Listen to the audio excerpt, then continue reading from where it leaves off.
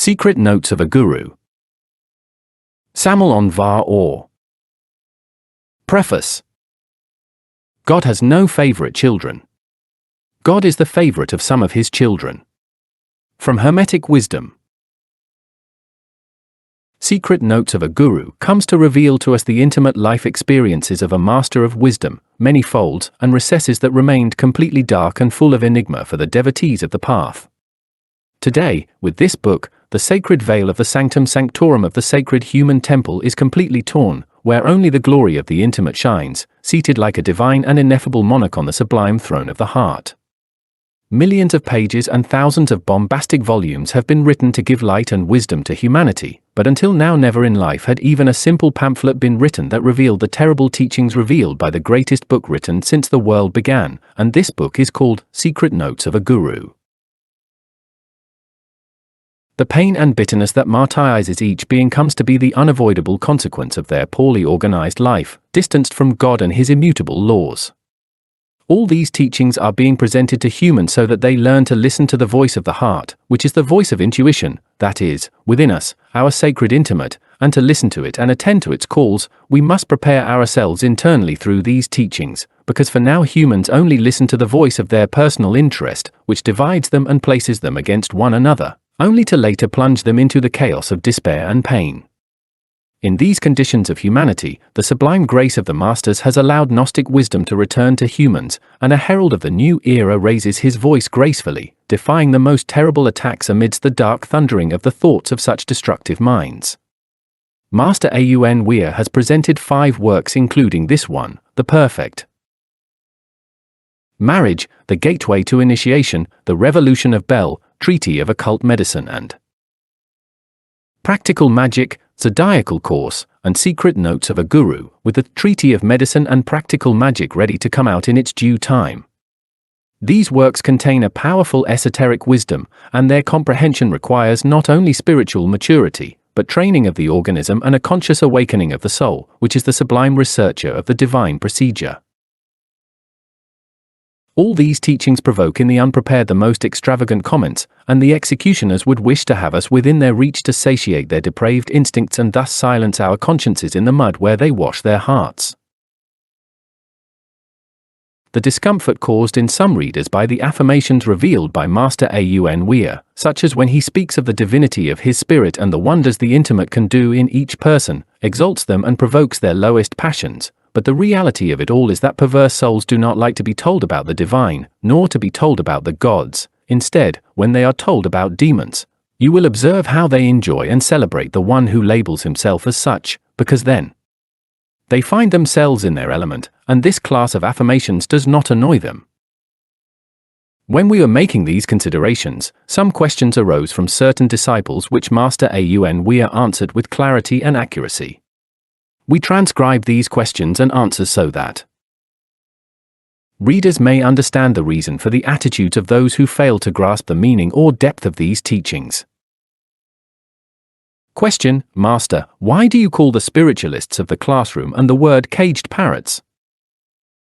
Answer: because they talk and talk like parrots, but without ever having experienced what they speak of. By spiritualism, I understand knowing how to live with dignity among men, and not as many understand it, that spiritualism is theorizing, because it is one thing to know how to live and another thing to know how to theorize. He who knows how to live is a master, and he who knows how to theorize is an intellectual. Question: Master, why does your work such as The Perfect Marriage and The Revolution of Bel cause anger in some readers? Answer: the anger of those people is due to the fact that the internal ein of those persons knows that my affirmation is exact, and since they are disciples of Yahweh, they mathematically react with anger because their own subconscious denounces them. Question: Master, why do people deny the existence of the internal worlds and, when spoken to about them, take it as a matter of madness or degeneracy? Answer: those people do not understand the internal worlds because they are ignorant, and the ignorant person always believes that they alone are right. The reasoning of the ignorant depends on their eye and their ear, and these organs only perceive what is outside of them, so if they are told that the internal worlds are within themselves, they become frightened and immediately offend us with cruelty, precisely because they are foolish and cruel at the same time. They are accustomed to thinking in their own way of seeing and end up mocking. Because mockery is easier than analysis, they never take the trouble to analyze and confirm this when they say that has not been demonstrated. Those beings suffer from an illness called mental laziness, and they get along better with their sedentary customs. Thus, it bothers them immensely that someone tries to take them out of their habits and customs that have already shaped their sad existence, for which we can exclaim like Dante, sad it is. Thus, question, Master, why do you affirm that heaven is taken by storm? Answer, I have simply said that heaven is taken by storm because the one who has the keys to heaven is the devil, and here the fable of the donkey by Apuleius, the golden ass, comes to mind. It is said that Apuleius traveled to Thessaly in search of initiation, and there he found a priestess who committed to teaching him. She told him that to receive esoteric wisdom, he would have to take the form of a bird, and consequently she gave him a potion for that purpose. When Apuleius took it, instead of turning him into a bird, it turned him into a donkey, and everywhere he went they kicked him, mistreated him, loaded him with stones and with hard and heavy labor until at last, tired of wandering and suffering, he immersed himself seven times in the Aegean Sea. After those seven immersions, the priestess appeared to him and, throwing him a bunch of roses, told him, eat of them so that you may reacquire your ancient human form while the initiator arrives to initiate and instruct you in the great mysteries of life. Apuleius did so and was instantly converted back into a man. Well, the sense of this fable encloses a great cosmic truth: the donkey is our Satan, and one must not forget that in the composition of the elixir of long life enters a substance possessed by that animal. That wonderful substance is our Christic semen. That donkey is our animal, that is, our Satan the devil, whom we have to defeat in hand-to-hand combat, face to face, to enter the heavenly Jerusalem mounted on the donkey just as Christ did on Palm Sunday. The guardian of Eden is the devil. Thus, he who defeats him wrests the fire from him and goes on forming his flaming sword with which he happily enters paradise. This is why heaven is taken by storm. Passions are very terrible, and one must throw oneself into battle to win the sword by defeating Satan. This is the mystery of Baphomet. Today I realize exactly why the devil is always painted amidst fire, because by defeating evil is how good is conquered, because evil gives strength to good, because the warrior is rewarded after the battle, because from the apparently filthy come plants, beasts, men, and gods, because the perfume of roses comes from the mud of the earth. Because the enchanting forms of a beautiful woman were first, in their beginnings, those of a frightful tadpole, because behind good is evil, because the limit of light is darkness, because from darkness comes light, because the cosmos comes from chaos, because wisdom was elaborated with the sapience of sin, and because a repentant sinner is worth more. Secret Notes of a Guru brings the divine to the human field with unequaled simplicity, high esotericism almost digested to put it within reach of humans. Master Aun Weor has said nothing that is not a terrible truth, and the truth for the wicked is always terrible, which is why the truth causes havoc. The Master not only tells the truth to humans in his teachings but also tells them how they must prepare themselves so they can see, touch, and hear his teachings and the things that are told to them as teachings. Divine wisdom is sought within oneself, human wisdom is outside of oneself. This knowledge is obtained within oneself, from one's own internal master of faith, which is born of wisdom, that firmness born of divine wisdom. Therefore, we do not have an external school as a point of support, because our point of support is our intimate, it is our cornerstone. Thus it has been transmitted to us by our divine predecessors, for which Christ said, "You are Peter, and upon this rock I will build my church." Our point of support is our unshakable rock, that is, our sacred intimate, and whoever clings to that rock will never fall into the abyss, sex. 2 requirements are indispensable to belong to Gnosis: scientific chastity, sexual magic, and perfect sanctity, and whoever cannot fulfill these requirements cannot be a disciple of the Venerable Master Aun Weor, nor of the White Lodge. The practice of sexual magic is for men of courage, that is a feat of heroes that only the brave are capable of performing. Therefore, when the weak and passionate try to practice it without succeeding, they do not blame their worn-out or libidinous bodies, but rather they deny it, seeking escapes. Thus they try to evade the problem of scientific chastity, and then the fornicators look for the most depraved qualifiers in the filth of their slang to foist upon us, and the spiritualists then affiliate themselves with different schools, theories, and classes. They also try to find escapes to evade the problem of scientific chastity. These weak ones who do not dare or cannot practice sexual magic are our worst enemies. There is no doubt that the criticism of our critics has only one objective: to defend fornication. But the various schools they join seeking an escape to evade scientific chastity will be of no use to them, because wherever they are, the eye of the Lamb will follow them for having prostituted his temple. The deepest peace reign in your heart. Julio Medina V. Secret Notes of a Guru.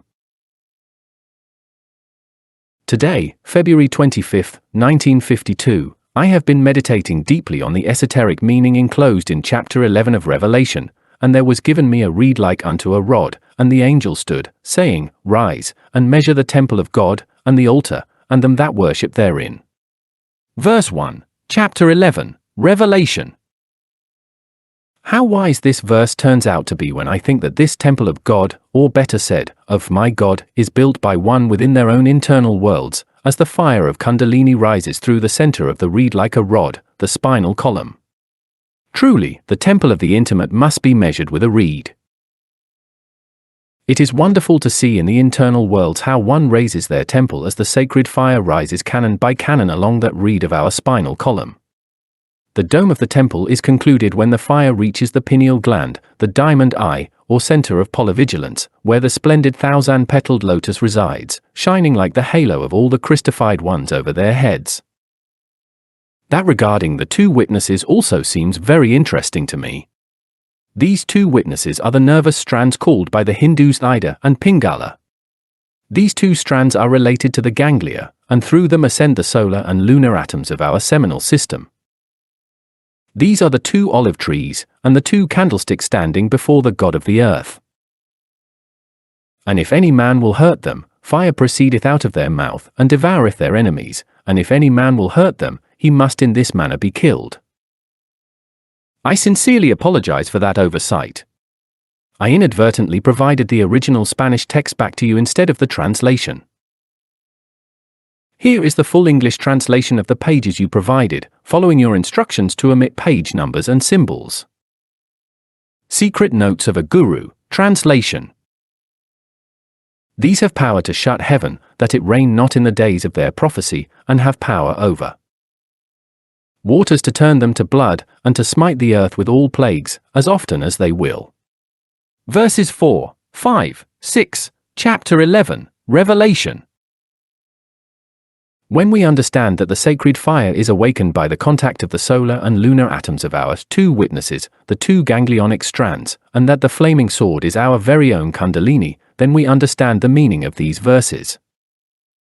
Truly, the sword has power against the atoms of the secret enemy and against the powers of evil. When the prophet receives his sword of justice, he acquires power over all of nature. The lords of justice have the power to punish the world. In Eden, all human beings had their Kundalini awakened, and nature obeyed them, but when man gave himself over to lust, his two witnesses passed through a mystical death, man lost the sword, and was cast out of Eden. Verses 7, 8, 9, and 10 of the same chapter 11 are dedicated to chanting that knowledge. And when they shall have finished their testimony, the beast that ascendeth out of the bottomless pit shall make war against them, and shall overcome them, and kill them. And their dead bodies shall lie in the street of the great city, which spiritually is called Sodom and Egypt, where also our Lord was crucified. Revelation 11 verse 8. Sodom is fornication, by which our Christ, the astral, is crucified, and the great city is Babylon the Great, the corrupt civilization in which we live. However, our two witnesses will resurrect and man will be transformed into an angel, acquiring his ancient powers once again. And after 3 days and a half the Spirit of life from God entered into them, and they stood upon their feet, and great fear fell upon them which saw them. Verse 11, chapter 11, Revelation. The 3.5 days correspond to the third degree of the power of fire, and to the third initiation of major mysteries. Upon reaching the third great initiation, the astral or mediator Christos acquires all his lost powers, he resurrects on the third day from among the dead. And the temple of God was opened in heaven, and there was seen in his temple the ark of his testament, and there were lightnings, and voices, and thunderings, and an earthquake, and great hail. Verse 19, chapter 11, Revelation. These have been my meditations today, and I think thus, how foolish men are. If they knew what they lose when they go to fornicate, instead of going laughing, they would go weeping. February 26, 1952. Here in Cienega, the day has been very warm, the people seem crazy, given over to the carnival. This carnival season is diabolical, people give free rein to their most brutal appetites. I was at a friend's house and recommended a certain form of admonition to help a traitorous disciple, who was expelled from the White Lodge and is now in the Avicii. The poor Judas lost everything through anger and entered the Avicii. Anger, lust, and greed are the three doors through which one enters the abyss. The Avicii is a state of consciousness that can be entered while still alive. My friend entered that lamentable state of consciousness, and although he is still incarnated, his lower I is already an inhabitant of the Avicii. This case is very painful. His intimate or higher self has already disincarnated, and only the lower I remains animating the vehicle. The divine self of everyone who enters the abyss disincarnates. How sad this is. In these days, I am enclosing millions of demonic souls in the abyss. Truly, the mission that has fallen to me, Aun Weor, is terrible. My conference with my disciple Juan has been long. I explained to him that all the wisdom of John the Baptist is enclosed within the etheric body of man. I also explained to him about the beheading of John the Baptist. That symbolic beheading belongs to the first cannon or cervical vertebra of the head, located at the nape of the neck. When the second degree of the power of fire, or kundalini of the etheric body, because each of the 7 bodies has its own kundalini, has arrived there, then the initiate passes through the symbolic decapitation of John the Baptist. He changes his earthly mind for an etheric and celestial mind. He leaves his filthy head to Salome, humanity, so that she may dance with it before King Herod, the world, and the initiate assumes a new mind, a celestial and divine mind. How grand this is! What a pity that humanity does not understand these things. The midday sun has been very warm. The streets are full of people in costumes. People are crazy for pleasures. Poor people. I also explained to Juan the esoteric sense of why Christ said he could destroy the temple of God and rebuild it in 3 days. And I also explained to him why the 2 witnesses of the apocalypse resurrected after 3 days and a half, and why Christ resurrected on the 3rd day from among the dead. Juan is a very faithful disciple and listens to me with sincere devotion. Our astral body is our Christos, and when the 3rd degree of the power of fire, or kundalini of the astral body, has reached the pineal gland, then the astral body becomes a resplendent sun, and all the chakras shine with indescribable radiance. The astral body is then made in the image and likeness of the divine Rabbi of Galilee. It becomes Christified and stigmatized, it acquires the ancient powers it had in Eden, it resurrects. This is the 3rd initiation of major mysteries, and therefore Christ and the 2 witnesses of the apocalypse resurrected on the 3rd day from among the dead. And regarding the temple, this is very interesting. Certainly, the initiate raises a temple in the astral plane so that the intimate may officiate. And that temple is finished on the 3rd day, that is, when the initiate receives the 3rd initiation of major mysteries. We destroyed that temple in the past, and now it is our turn to build it again with the 3rd degree of the power of fire. This is the meaning of why Christ said he could destroy the temple of God and rebuild it again in 3 days. When our Christos resurrects with the 3rd initiation of major mysteries, we become omniscient and omnipotent, and all the luminous powers of the astral body enter into full activity. February 27, 1952. Truly, the astral bodies of the living dead are as cold as death, as frozen as corpses. The living dead are all those who have not yet fused with the intimate. We masters are flames of burning fire, and our astral bodies are igneous. Today the 27th, I have also been meditating on the fiery wings. I used to believe that the wings of angels were purely a pictorial matter, but my concept has changed before the real facts of the astral world.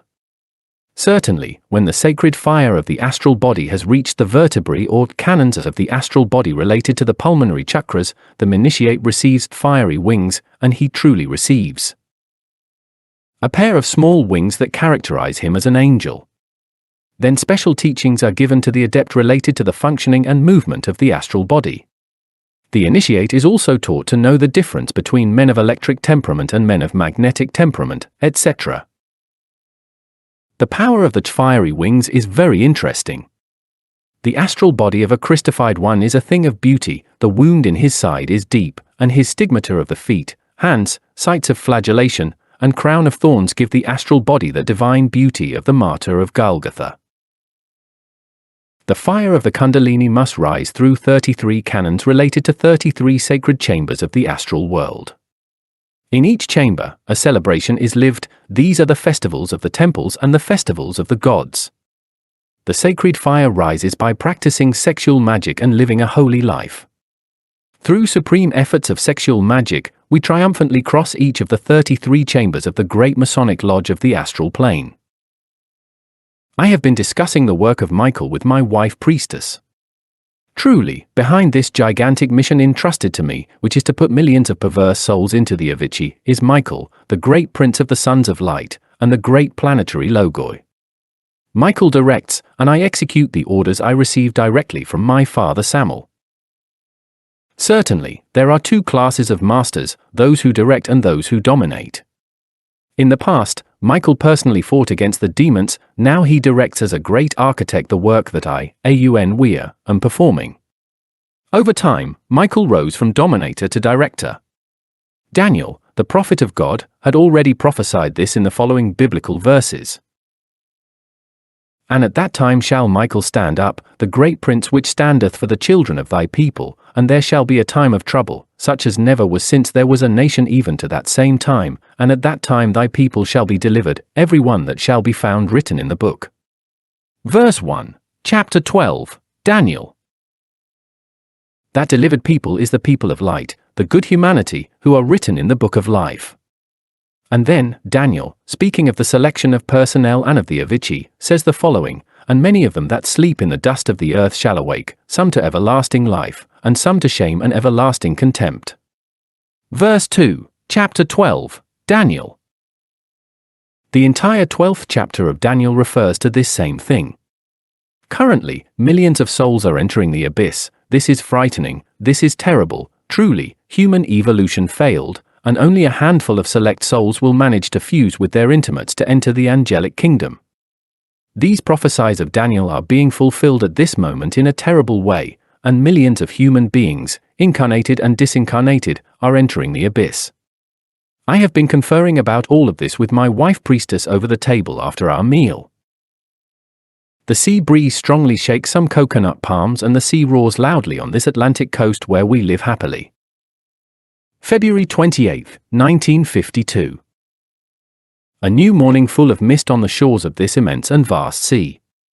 My wife prepares breakfast and Osiris, my son, fights with his little sister Isis, 5 years of age, over some wild fruits. How beautiful children are! I have been commenting with my priestess wife something about the temple of the masters of the ray of force. Truly, the unprepared disciple would feel an unspeakable terror upon entering the temple of the ray of force. All of us masters of the ray of force attend that temple in the astral body. There only the terror of force and the empire of love reign. How terrible that temple is!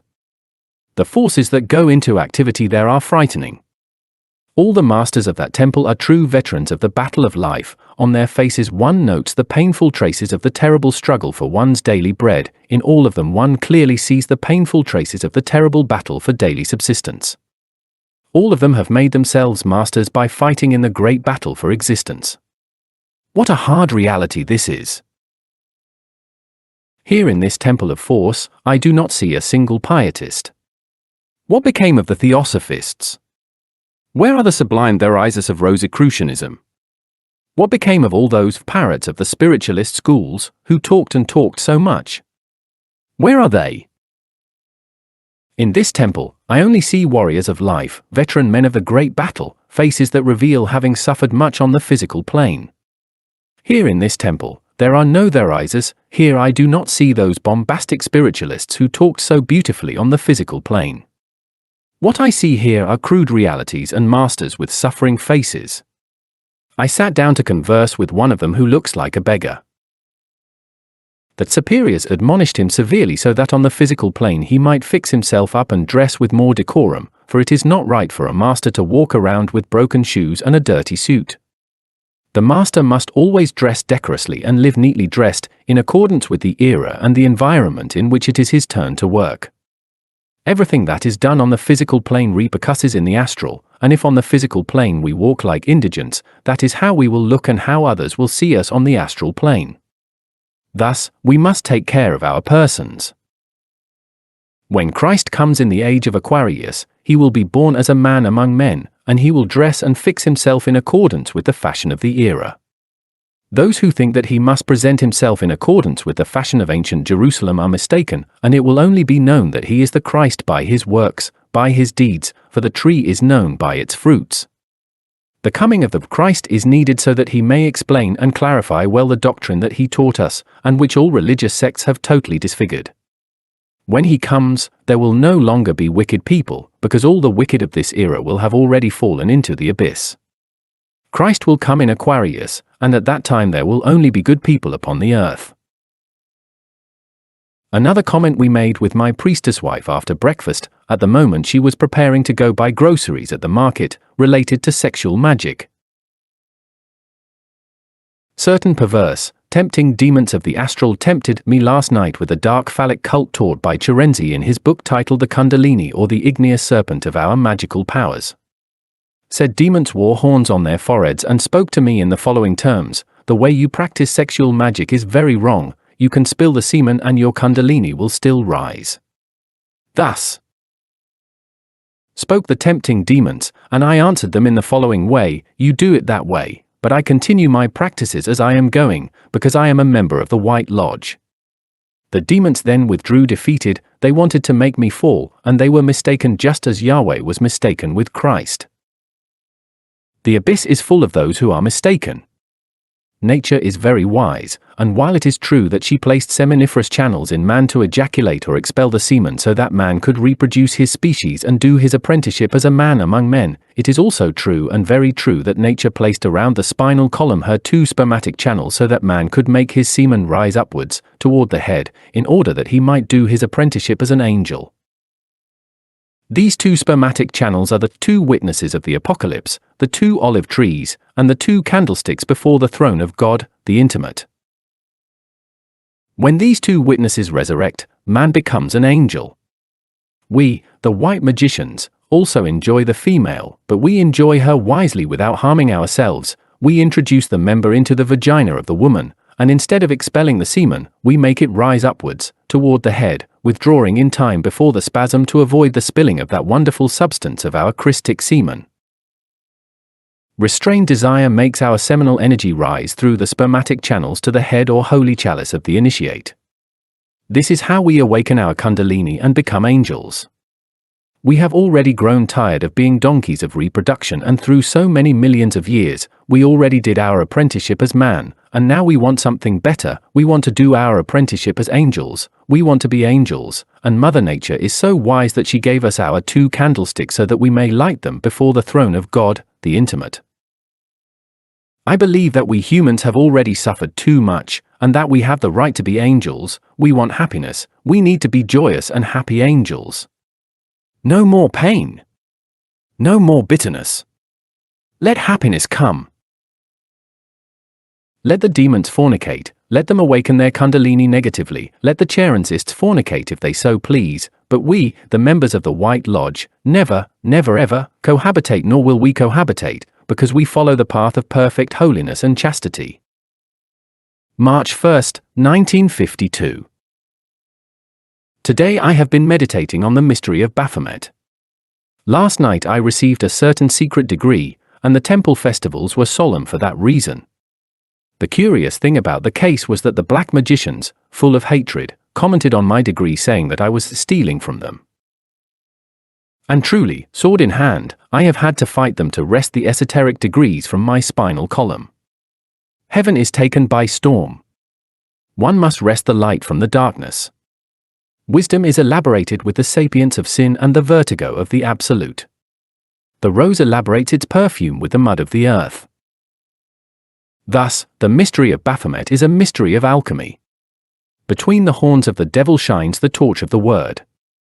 One must steal the fire of heaven from the devil, because the devil is God in reverse. The mystery of Baphomet is represented by the goat of Mendes.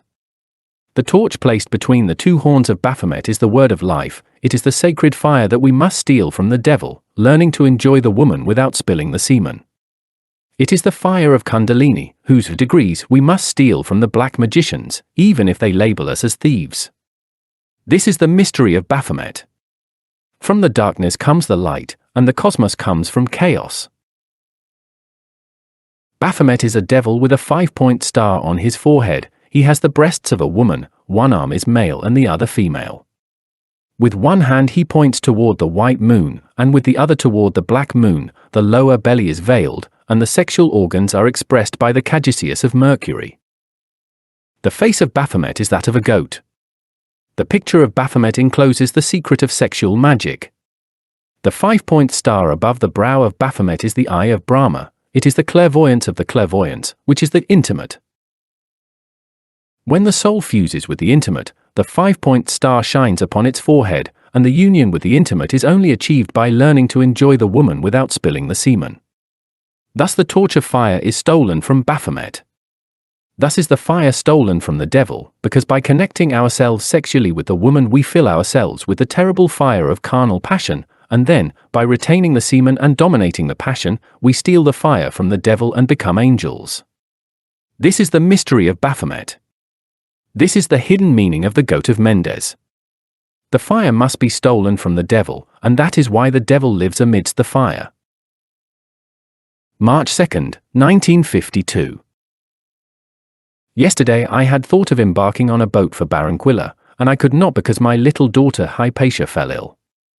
This has worried me a bit, because I need to confer in Barranquilla with many spiritualist brothers, but if I want to fulfill my duties toward humanity well, I have to start by fulfilling the duties of my home well. There is a vulgar proverb that says, "The law begins at home."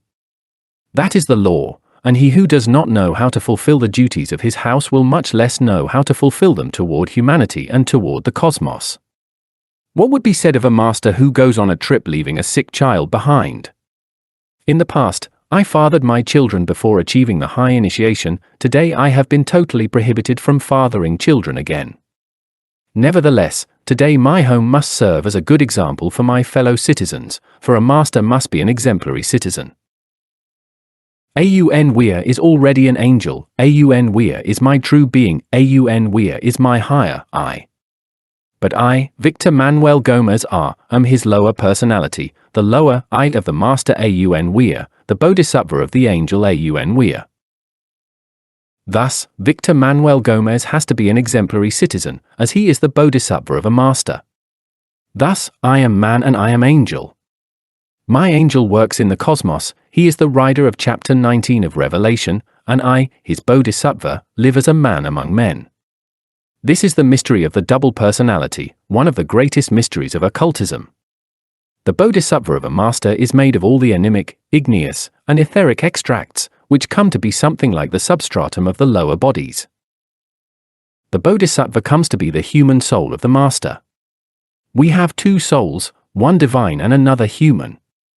The divine soul is the soul spirit or Buddhic body of the master, and the human soul is the animic, etheric, and igneous extract of the causal body of the man, together with the animic extracts of the lower vehicles. In synthesis, I could say that all these animic extracts of the human soul expressing themselves through the mental, astral, and etheric bodies is what we call the Bodhisattva of a master who lives as a man among men when he is incarnated in a physical body. Thus it is said that Buddha, after having entered nirvana, sent his Bodhisattva to finish his work, and his Bodhisattva finished the work or the marvel under the direction of an internal instructor called Sankaracharya. Sankara was a ray of the primitive light, he was a flame. Thus, I, Victor Manuel Gómez, am only the bodhisattva of the Master of the White Brotherhood, Aun Weor, and as is logical, I must be a good citizen, a fulfiller of my duties. Thus I have been meditating today, March 2nd, 1952, within this humble hut where I live on the shore of the Caribbean Sea, and while I write, I hear the roar of the sea, launching its tireless claws at the beach. What a tenacious sea! It does not tire of hitting the beach, and at last its tenacity will triumph when it has swallowed these continents where the Aryan race lives, and the humanity of the light will inhabit an island in the South Pacific, and finally all of us bodhisattvas will absorb ourselves totally within the intimate to enter into that ineffable bliss of nirvana. Our Gnostic ritual says, toast yes, toast at nus, the voluptuousness. Sexual loving voluptuousness has its mantric name, which is nus. Voluptuousness is indescribable, it is the abraxas of us Gnostics, it is the fire of life, it is nus, the grandiose power that awakens our kundalini and turns us into gods, it is that solemn enjoyment of sexual connection. The enjoyment of nus is the breath of God, and therefore it can never be bad.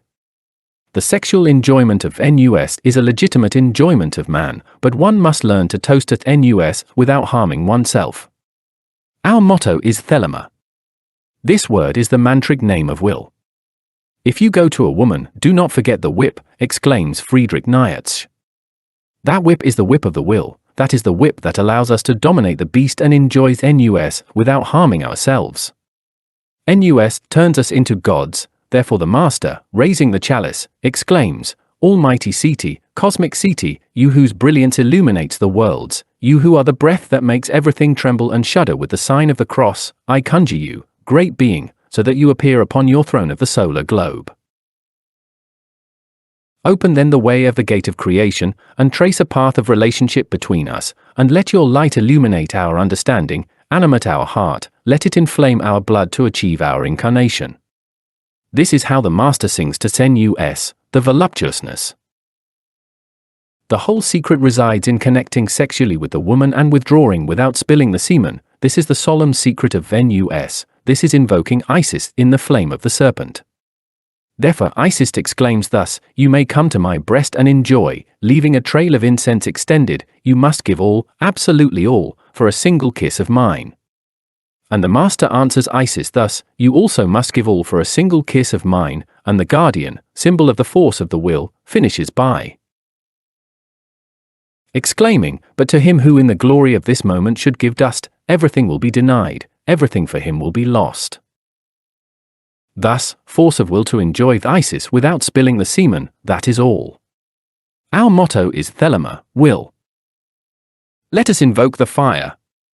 Let us adore the fire of nus, exclaiming, Abraxas, Abraxas, Abraxas, and let us not forget that in the fire of nus is our redemption. And daily call the Masters with the following mantrams from the ritual. E-U, O-E-E-U, O-E-E-U, O-D-D. R. O Sabaoth. Kyrie Abraxas. Kyrie Mithras. Kyrie Fall. E-U, O-E Kyrie Fall. E-U, O-E Pan. E-U, O-E Iscurian. E-U, O-E Arthanaton. E-U, O-E Labraton. E-U, O-D-D. R. O Chairfall. Vocalize these mantrams after practicing sexual magic to invoke the Masters, asking them to help you awaken the Kundalini, and the Masters will come and help you. After a night of navigation, I returned from Barranquilla. In that city, I gave some esoteric lectures to the spiritualist brothers. Poor beings! Truly I do not regret calling them spiritualist parrots. Those people know nothing, deep down they are nothing but pulverizers, full of theories, more theories, but they really know nothing. All of them feel they are masters. They have a disconcerting vanity and pride, and they spend whole hours talking like parrots.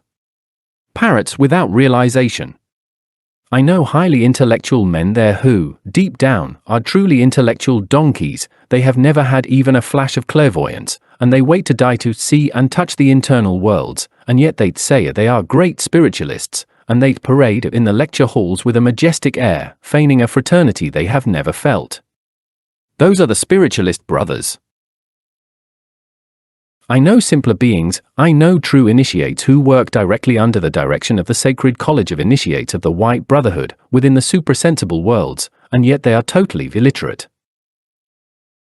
I know true illuminated ones who know how to enter the infernal worlds whenever they want, and yet on the physical plane they have never read a single book on spiritualism, they have no theories in their heads, and they are millions of times more advanced than those famous caged parrots of spiritualism.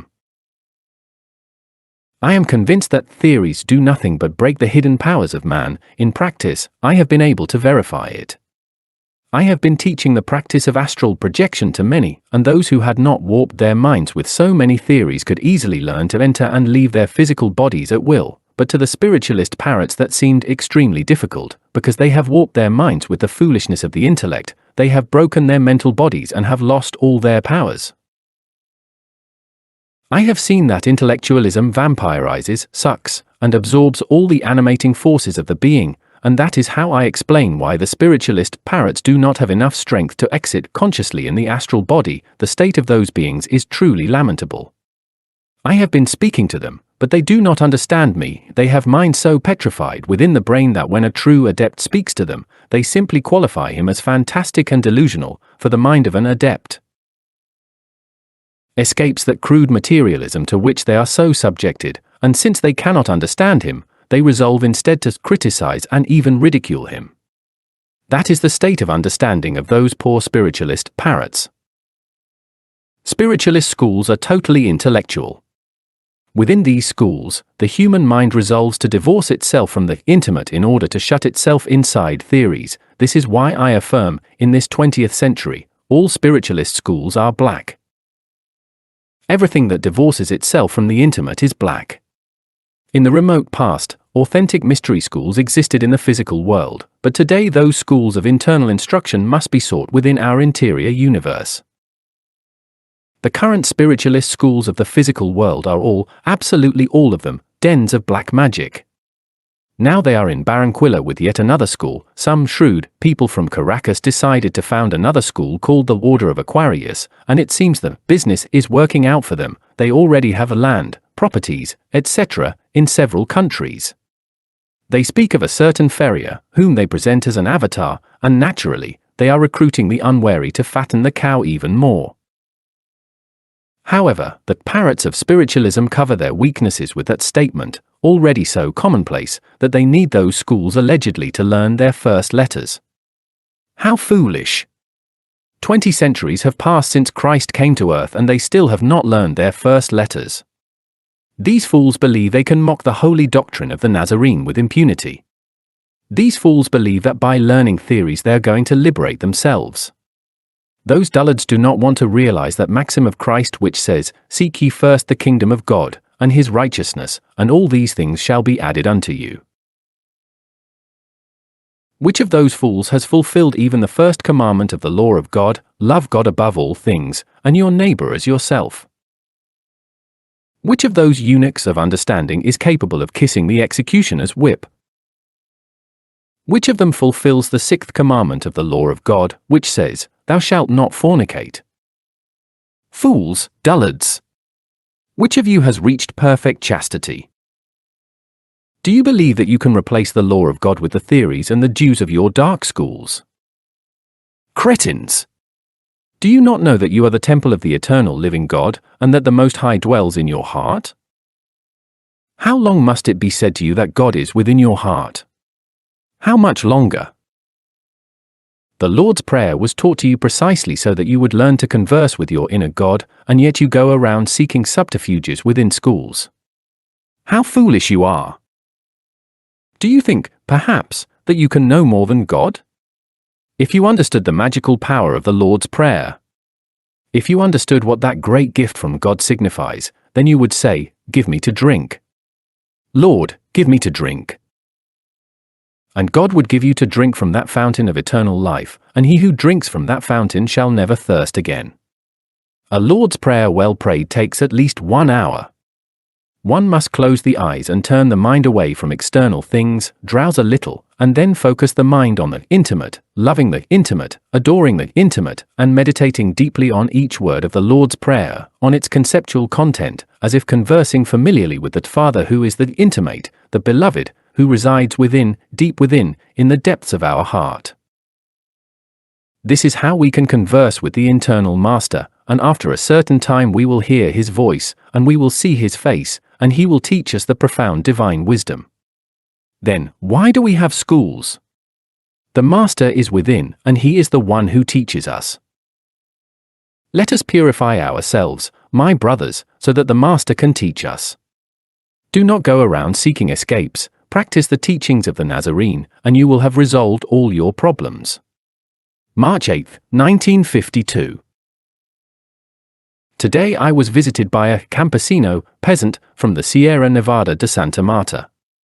I was conversing with that humble man, and I was immensely gladdened by the simplicity and understanding of that peasant. The man knows our work titled The Revolution of Bel and has understood it very well. He is a humble peasant, but he completely surpasses so many parrots who read and read, yet achieve nothing. The Sierra Nevada de Santa Marta is a true bulwark of Colombian spiritualism. A spiritualist sister was commenting today about the transmutation of lead into gold. In Barranquilla, there were some naive people who believed a certain gentleman literally. This man was supposedly an alchemist who knew how to make gold. The curious part of the case is that some fools believed everything he said hook, line, and sinker, but they were left waiting for the coveted metal. That is humanity. In the Sierra Nevada de Santa Marta, behind the ridge of the high moors, there do exist some initiated Indians who know how to make gold, but they keep that secret very well guarded within their Mayan mysteries, and the profane will never know it. They craft the gold with a plant, they mix the leaves of the plant with saliva, and thus they craft pure gold, with which they make sacred images. In the Sierra Nevada, there exists a great white lodge of the Mayan ray, to which the great indigenous masters belong. All these things I was discussing today with a spiritualist sister, until the moment the humble peasant from the Sierra knocked on my door. March 12, 1952. Today I have been thinking about a certain Gil Kulmanoris.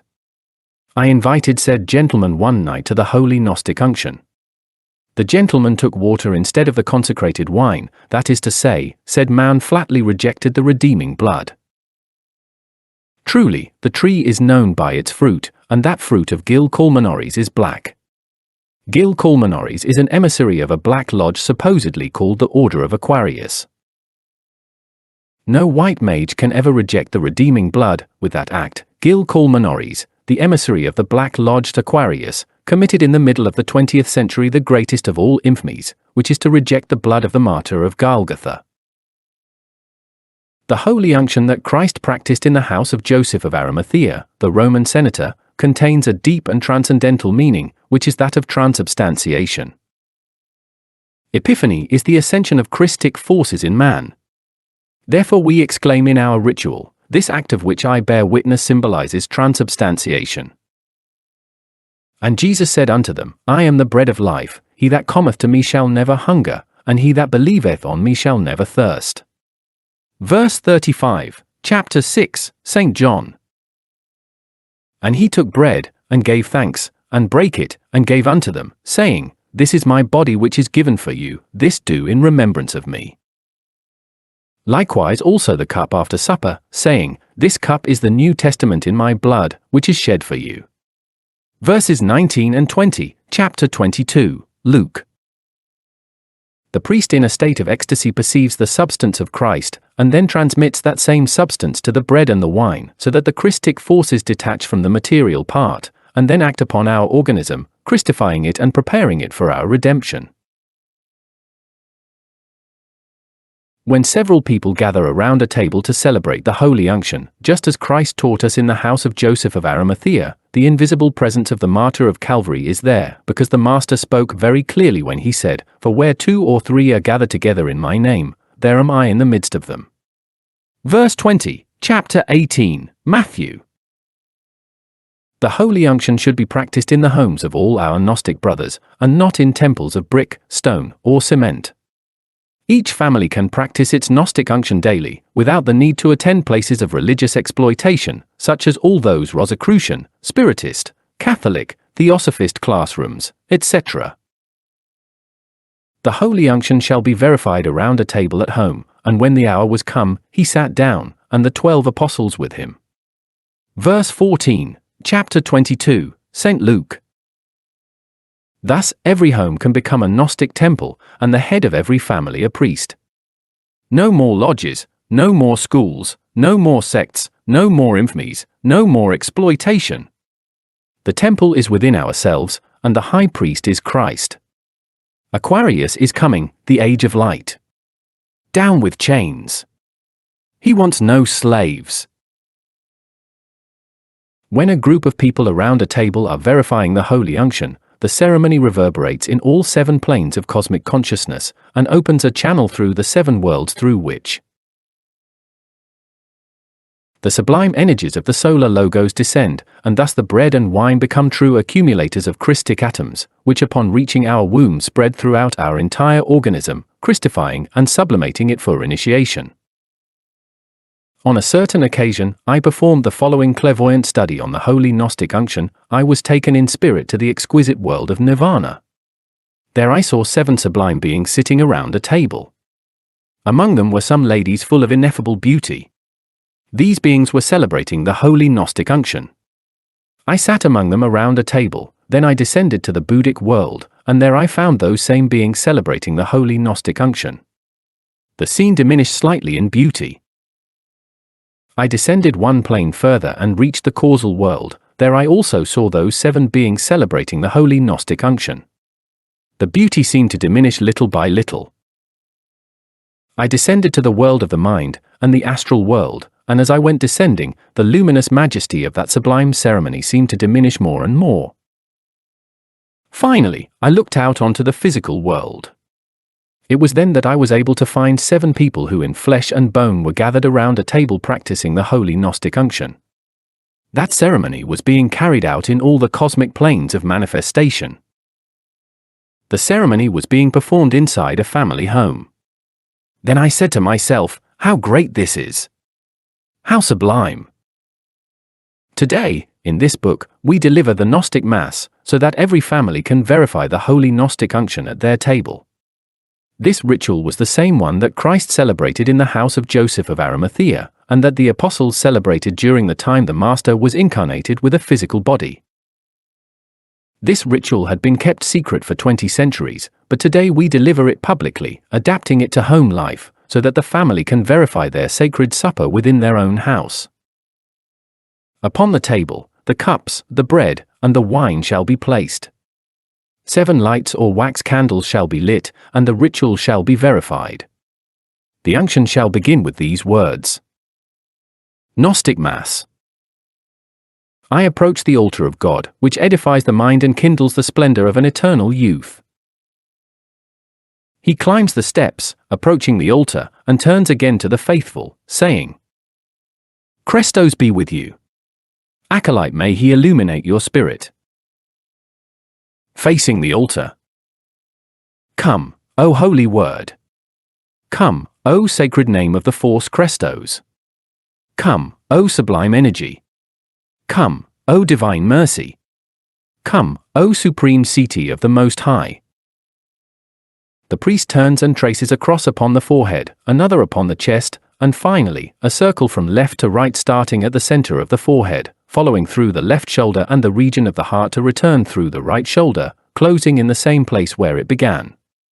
He exclaims, Christos be with you. Acolyte, may he illuminate your spirit. Facing the altar. Come you, who discover the veil of mystery. Come you, a mother of the 7 centers who rest in the harmony of the octave. Come you, who were before the 5 senses existed. Spirit, mind, feeling, and reason, let us participate in your holy grace, we who were born later. Come holy breath, immaculate breath, and purify my internal glands where the rhythm of my life exists. Come and guide my disoriented heart so that my pure feelings may spring from that holy source. Facing the faithful. Crestos be with you. Acolyte, may he illuminate your spirit. Here, great Seti, Father of all creation, divine light. You, our Redeemer, forgive the many errors we have committed and those of those who listen to us visibly and invisibly, so that we may all participate in the kingdom of justice and be with you in the immensities of light. Bless and give power to all those who follow us, for they fulfill the law. Hear, O angels. Help me, Father of all creation, infinite cause of all creation, and give life to this, your people. Assist all those who follow us, and lend everyone the necessary support in all occasions of life so that they may become worthy of your holy grace. We know your power and I conjure you, come. Come. Come. Forgive all our errors. Alleviate all our ills. Give us a sign right here in this sacrifice or in the days to come. The priest takes a step forward and says, I listen to your testimony. There is a pause during which, in a loud voice, those benefited or healed relate their experiences in simple phrases. After having heard everyone, the priest places himself at the altar again and says, Rejoice, our errors are forgiven, the supreme power is with us. All respond Amen, Amen, Amen. This talk can be interspersed after the sermon during a major feast. I entreat the brothers who receive these rituals to make as many copies as they can and send them to the other brothers, warning them of the magic power that resides in this, and that it is the same original and first ritual used by the Gnostics in the era of the material existence of Jesus of Nazareth on earth. The Holy Sacrifice. The priest withdraws to the altar on the right and reads the following passages from the Holy Scriptures. And Jesus, the divine great Gnostic priest, intoned a sweet song in praise of the great name and said to his disciples, Come toward me. And they did so. Then he turned to the four cardinal points, extended his quiet gaze, and pronounced the profoundly sacred name Lew, blessed them, and blew into their eyes. Look upward, he exclaimed, you are now clairvoyant. They then lifted their gaze to where Jesus pointed and saw a great cross that no human being could describe. And the great priest said, Turn your sight away from that great light and look toward the other side. And then they saw a great fire, water, wine, and blood. Hear the blessing of the bread and the wine. And the great priest continued, In truth I say to you that I have brought nothing to the world but the fire and the water and the wine and the blood of redemption. I have brought the fire and the water from the place of light, from the treasury of light, from where the light is found. And I have brought the wine and the blood from the dwelling of Barbelos. After some time has passed, the Father has sent me the Holy Spirit in the form of a white dove, but here, the fire, the water, and the wine are for purification and forgiveness of sins. The blood was given to me only as a symbol of the human body, which I received in the dwelling of Barbelos from the great force of the universal God. The Holy Spirit, as in me, descends to all, and shall lead all to the supreme place of light. That is why I have told you that I have come to bring fire to the earth, which is the same as descending to redeem the sins of the world through fire. And for that reason Jesus repeated, If you knew and recognized the great gift of God. If you perceived who it is that speaks to you and says to you, Give me to drink, you would pray to me to give you from the eternal source which is a spring of sweet ambrosia, and you would become that same source of life. And he took the chalice, blessed it, and offered it to all, saying. The priest goes to the main altar, raises the chalice in his left hand, and displays it, saying, This is the blood of the covenant that was poured out for all of us to redeem us from sin, and for that reason the spear was thrust into my side so that blood and water would spring from its wound. He returns to the right side and places it in his right hand. And the great priest Jesus said to his own, Bring me fire and vine branches, and they did so. He then placed the sacrifice upon the altar and a font of wine by its side. One to the right and another to the left. A font of water before the wine. He places the chalice on the table and, raising his right hand, says, And he set bread according to those who listened to him, and the great priest Jesus remained dressed in white garments, which the apostles imitated. He takes the chalice and goes to the main altar and says, facing the public, "And in your hands, I tell you, is the number of the name of the Father who is the source of light." All kneel. The priest raises his hands in a supplicant attitude and exclaims, "Hear, great Seti, Father of all creation, divine light, E R O E R O E R O E R O." All respond Amen. Priest Christos be with you. Acolyte, may he illuminate your spirit. He returns to the altar. Priest, come, holy will, divine volitional essence, and transform my will, making it one with yours. Come, supreme power, and descend upon those who know the mystery. Come, exalted courage, and give me the temperance and strength needed to penetrate it. Come, holy silence that speaks of the power and magnitude it contains, and reveal the hidden to me. Come, and discover the mystery to me. Descend, holy dove of snowy plumage, upon us, you are the mother of the twins. Come, mystical mother who only manifests in our works. Approach, holy joy of the heavens, and rest upon our heads, you carry the golden thread that links us all.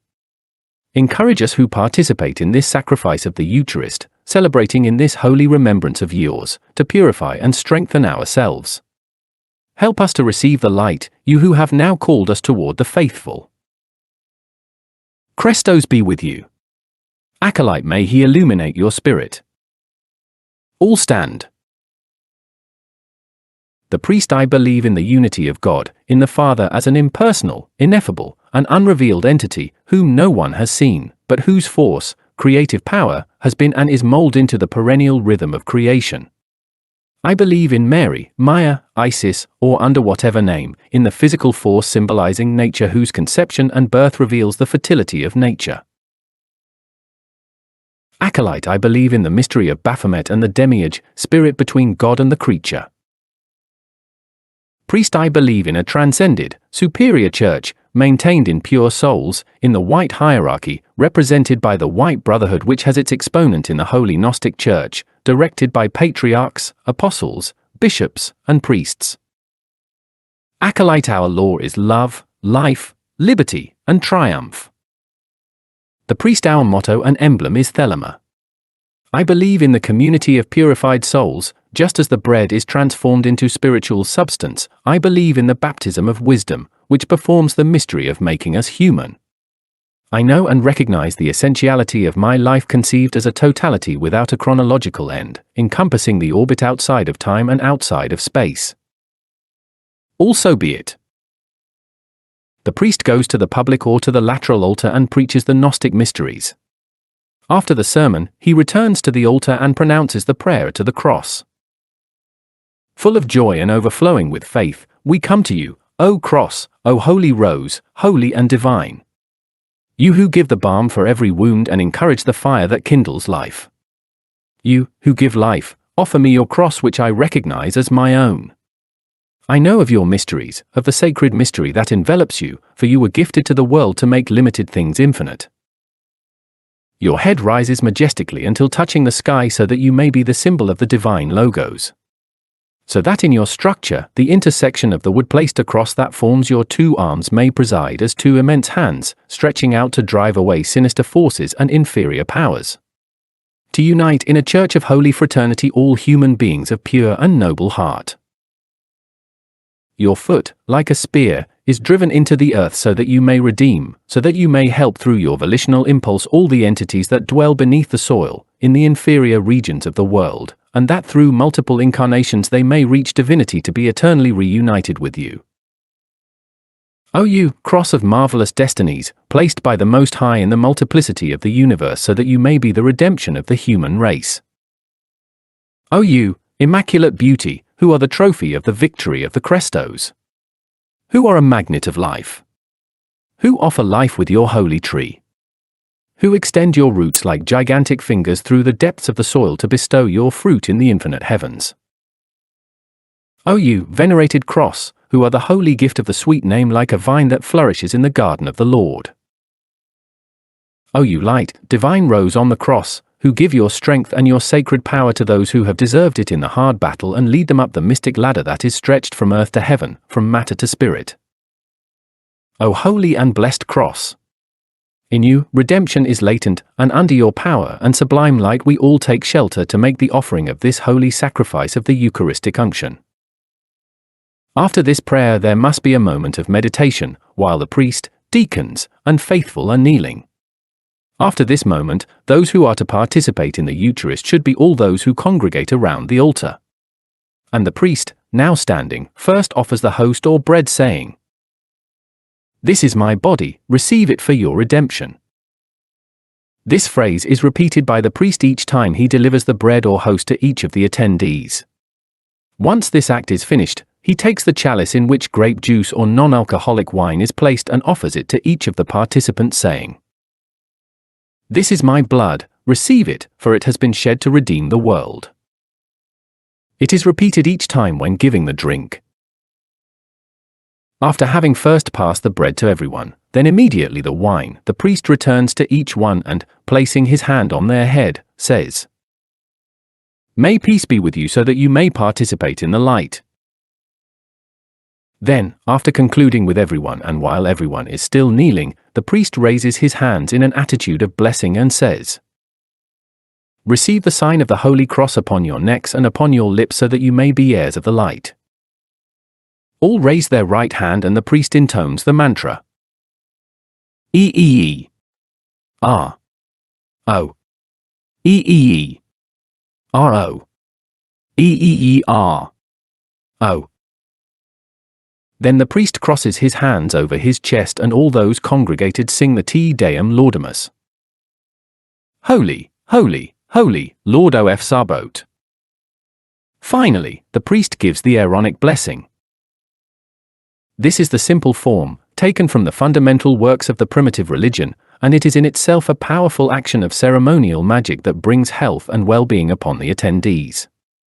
The priest may, at the end, form the chain. Warning! Give not that which is holy unto the dogs, neither cast ye your pearls before swine, lest they trample them under their feet, and turn again and rend you. Verse 6, chapter 7, Matthew. Every family can verify their Gnostic unction in their own house or private residence. One must not admit any unworthy person to this Gnostic Mass, because profanation is committed. Aun Weor, the initiator of the new Aquarian era, authorized the whole of humanity to verify the holy unction, every family, and in their own house. Aun Weor, the great avatar of Aquarius, strike the bell of the new era, and open the doors of initiation to the whole of humanity. March 14, 1952. In recent nights I saw a green-colored serpent descend from the Ursa Major. Something bad, I told myself, something hard for me. That green serpent was the matrix of a bad event that awaited me. And in reality, today, Friday, March 14th, that bad event was fulfilled to the letter. I was unjustly locked in the municipal jail of Cienega. I destroyed the green serpent, and therefore I believe that I will soon triumph and go free. I am writing these words in the jail. Here I hear only immodest and vulgar words. Here they speak only of crime and vices. This is stagnant. I, however, remain serene. Thus should the initiate be. One must learn to smile in the midst of adversities. One must learn to live like Daniel in the lion's den. How beautiful is this wonderful school of life! The new era will come and there will be light, and wisdom, and beauty. But before all these things, they shall lay their hands on you, and persecute you, delivering you up to the synagogues, and into prisons, being brought before kings and rulers for my name's sake. Verse 12, chapter 21, St. Luke. Thus they persecuted the prophets who were before us, therefore we, the heroes of the light, must not fear. Let us read the imprisonments of Paul, so that we may realize how much the prophets who were before us have suffered. This afternoon the sun seems to be sinking already in the west, and I still remain locked in the prison. The prisoners and the guards talk, and they talk of horrible things. I have just received a visit from a disciple of mine. She is a very long-suffering lady. Her visit gladdened me much. We children of the light form a universal fraternity. At last, the new day dawned in this jail. Last night my innermost instructed me and told me that in these moments I needed the mind of a lawyer and a Saxon. The innermost is right, because in these moments I need to defend myself from my executioners. I need in these moments to have the exact thought and the precise concept. The morning is murky and some prisoners talk with the guards through the bars. A harlot remains seated, they speak of everything, they also speak filth. Today I have been thinking about accepting the offer of my disciple Israel Bermudez. This brother offered me a peasant dwelling for me to live in with my family. I had thought of remaining in Cienega for an indefinite time, but it is impossible for me. These executioners of official science, these tenebrous ones, do not leave me in peace. They hate me to death for having written the perfect matrimony and the Revolution of Bel, and they are looking for a way to cause me harm. The worst crime of which they accuse me is fulfilling the wisdom of the gospel, healing the sick. The official doctors are at war against me. As soon as I leave this jail, I will travel to Foundation with the purpose of speaking with my disciple Israel Bermudez and accepting his offer. There in the countryside, a few kilometers from Foundation, I will be able to live in peace in contact with the great Mother Nature, Isis, Mary, or Maya. Perhaps there the executioners of official science will leave me in peace. This science of the 20th century is tenebrous. Now the doctors of official science have armies of police under their orders, and they imprison and martyrize, and the sanitarians make demonstrations of their police power. How ridiculous that mixture of medicine with Bayonet's results! The sacred science of Hippocrates, and of Galen, and of Paracelsus, has turned into jails and gendarmes and rifles. What a horrible profanation! Everything in this 20th century is tenebrous. I have my eyes set on the children of Aquarius. Today I defended myself before my judges, and my defense was so brilliant that it caused amazement. I myself was amazed at what I said. Settle it therefore in your hearts, not to meditate before what ye shall answer. For I will give you a mouth and wisdom, which all your adversaries shall not be able to gainsay nor resist.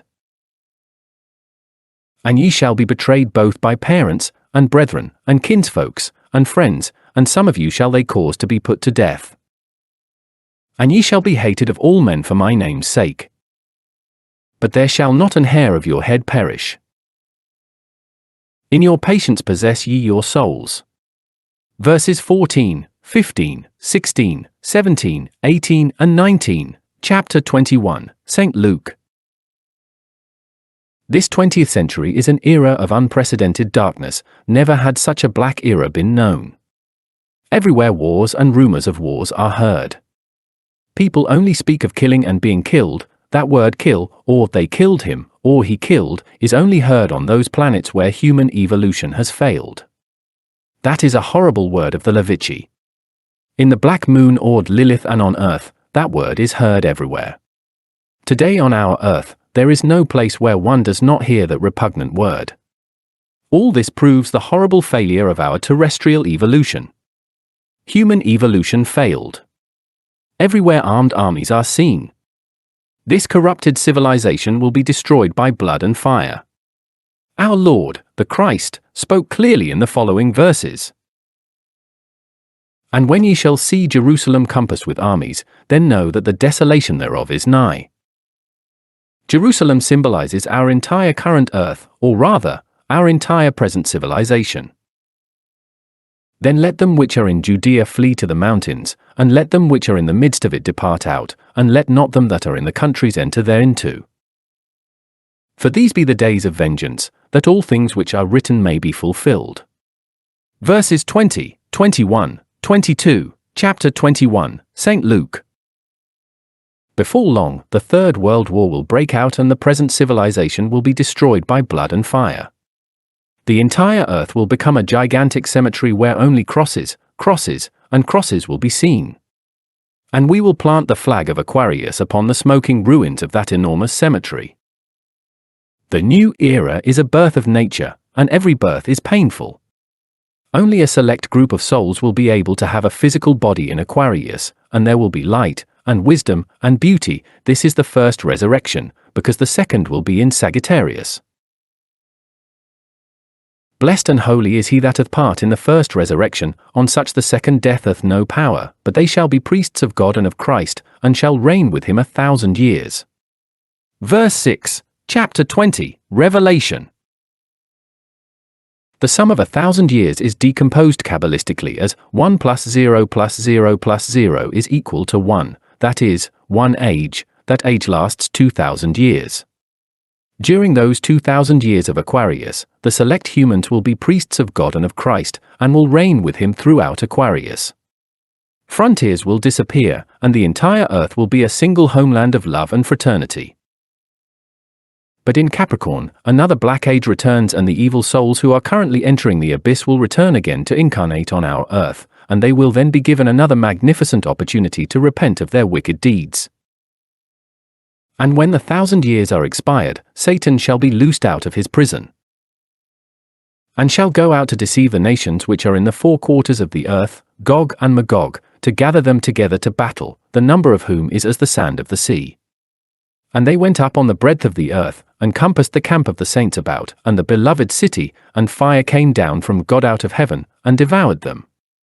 Verses 7, 8, 9, chapter 20, Revelation. In Capricorn, the demon souls will be given another opportunity to repent. And even Yahweh himself will be given a physical body. And Yahweh will be born in the lands of Judah, and the Jews will present him as the Messiah. They will say that he was the Messiah they were waiting for, and Yahweh will perform deceptive miracles and wonders, and then the totally unredeemed souls will return with Yahweh to the abyss forever. And in the abyss, those souls will pass through the second death. Those personalities separated from the innermost will disintegrate little by little amidst weeping and gnashing of teeth. And the devil that deceived them was cast into the lake of fire and brimstone, where the beast and the false prophet are, and shall be tormented day and night forever and ever. Verse 10, chapter 20, Revelation. This event will take place at the start of the era of Sagittarius, in 4,000 years and some fractions of time. This event will be accompanied by the sinking of the current continents. There will be a total geological change. And I saw a great white throne, and him that sat on it, from whose face the earth and the heaven fled away, and there was found no place for them. And I saw the dead, small and great, stand before God, and the books were opened, and another book was opened, which is the book of life, and the dead were judged out of those things which were written in the books, according to their works. Verses 11 and 12, chapter 20, Revelation. The living dead, those who were judged, are the evil souls separated from the innermost. The book of life is the book of the illuminated, and all the karmic books exist on the astral plane. Each soul has its book, where its accounts are written. And the sea gave up the dead which were in it, and death and hell delivered up the dead which were in them, and they were judged every man according to their works. And hell and death were cast into the lake of fire. This is the second death. And whosoever was not found written in the book of life was cast into the lake of fire. Verses 13, 14, 15, chapter 20, Revelation. The second death is the disintegration of the perverse personalities separated from the innermost. The lake of fire is the abyss, or avicii, a submerged plane of consciousness. On all these things have I been meditating this day. The sun is already setting, and I am still in this jail. March 16, 1952. Another day in jail. I await visits. Last night I rose even higher within the scale of the hierarchies. I have paid for that elevation with jail. It is thus, by suffering, that degrees are earned. I have passed through this painful trial serenely and patiently, and I have converted my very prison into a monastery of holiness. I have not protested against anyone, and I bless my executioners. One must love our friends, because they understand us, and our enemies because they do not understand us. The path is full of thorns, and the feet of the traveler bleed upon the hard stones of the road. I am suffering, but I have the hope that Julio Medina V, my dear disciple, will take me out of this prison. Today I have sent letters to Julio, asking him for more activity. I am not afraid, but I do have the right to defend myself. One can always defend oneself, but without ever harming anyone. The esoteric things I have lived here in this jail are so beautiful and divine that I can never write them. I do not write those things, they are unspeakable things. Humans would not understand me if I wrote those things. Here, in this jail, I have been remembering Apollonius of Tyana. How great was this man! Apollonius spent the last days of his life in a jail. When Apollonius arrived in Rome, he stood contemplating the sky and said, "Something great will happen, and it will not happen." That day a storm broke out, and at the moment when Caesar was drinking, a bolt of lightning fell and shattered the cup he held in his hand, and yet Caesar emerged unharmed. Apollonius healed the sick and only fed on fruits, and drank pure water. He was accused of being a sorcerer and locked in a jail, where he died.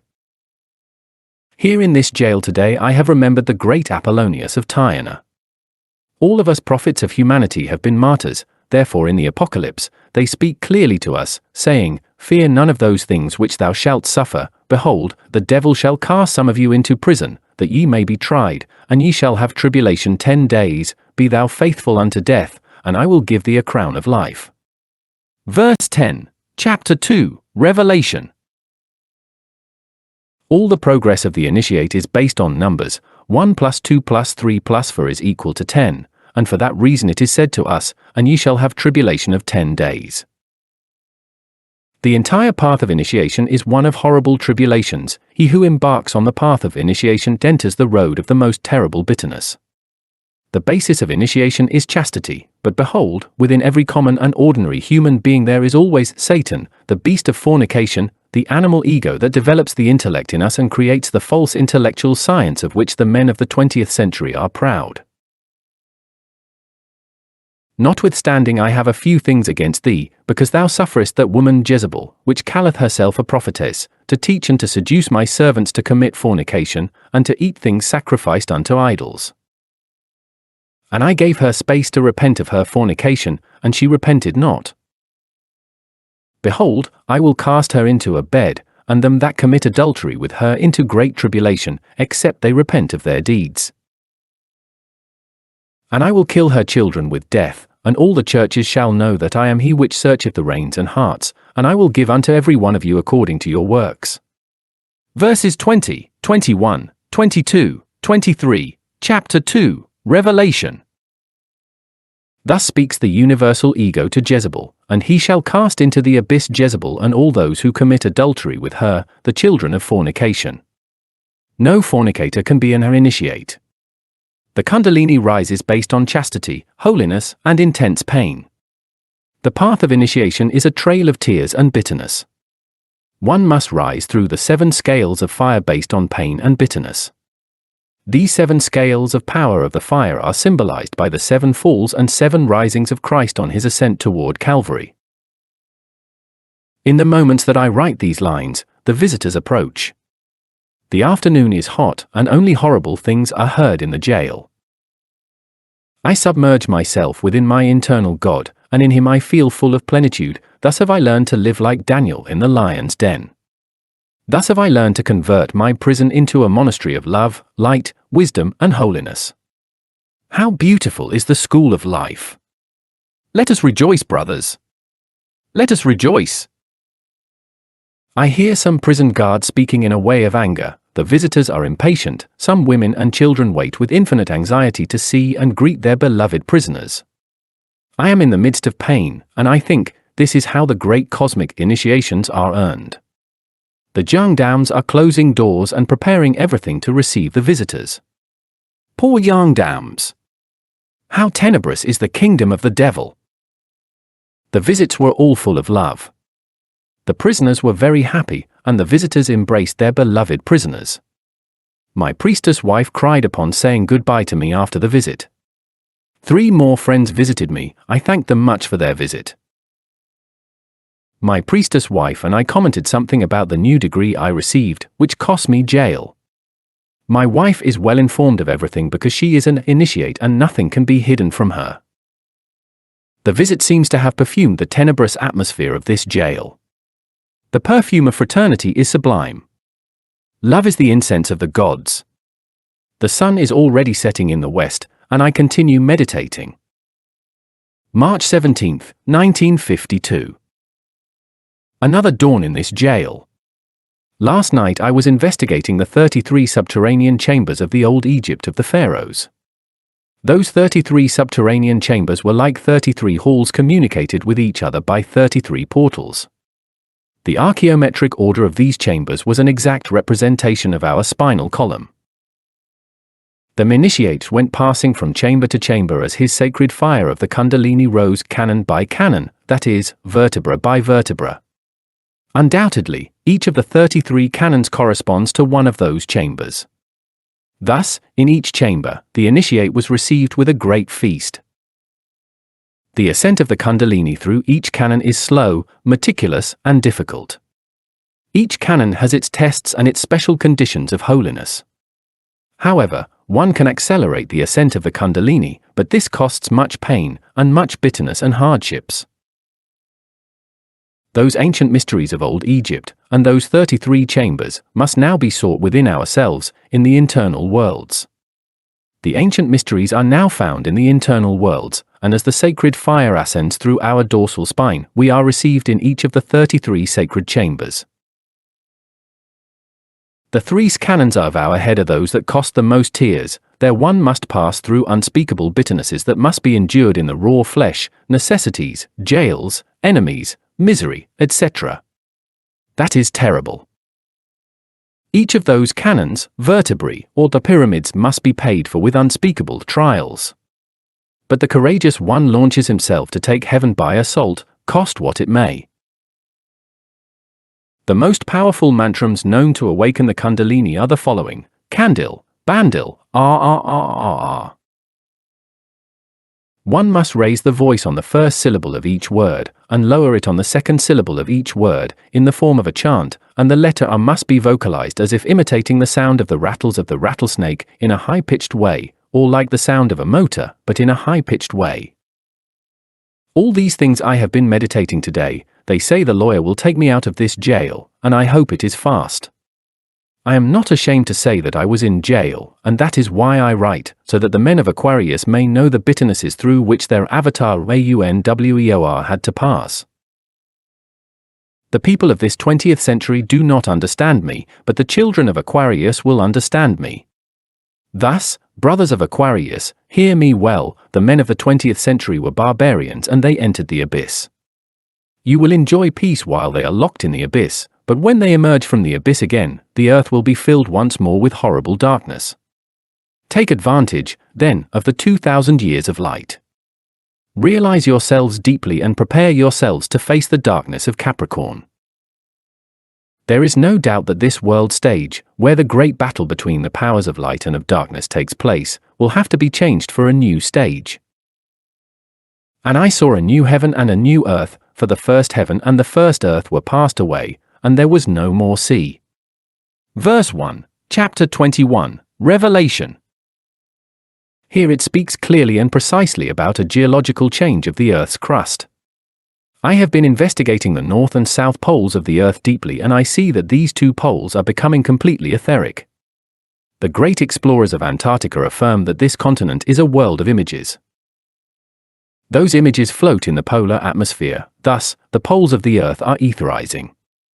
In the future, those poles will become the equatorial axis of the Earth due to a movement of the Earth known by the name precession of the equinoxes, that is, retrogradation. The axis of the Earth is deviating little by little, and in the future, Antarctica will be inhabited by divine humanity. Also, a continent will be discovered at the North Pole where divine humanity will live later.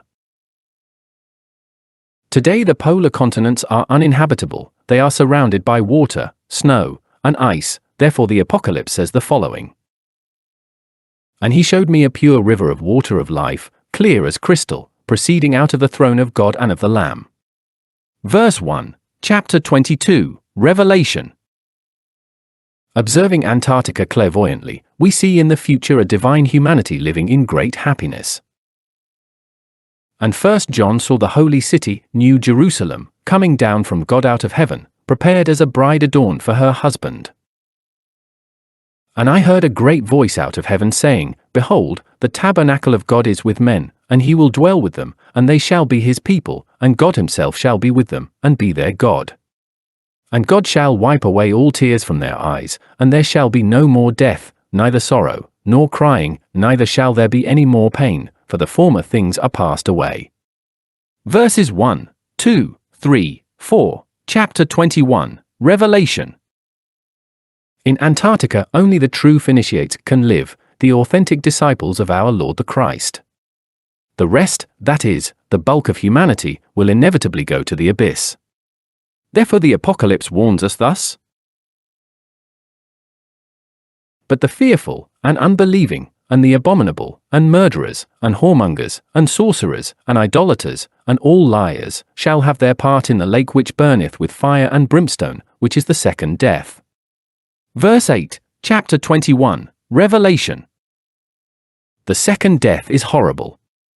Those personalities divorced from the innermost surrender to the fire of passions, disintegrate little by little in the avicii.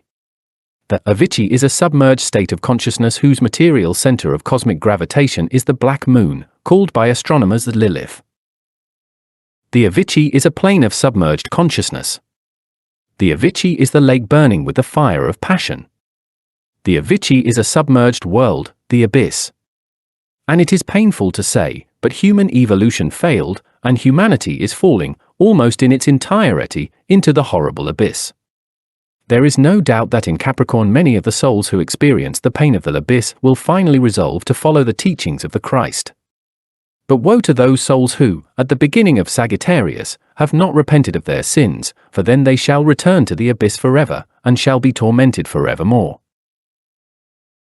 Thus, the new stage of human evolution will be Antarctica, and a continent at the North Pole that has not yet been discovered.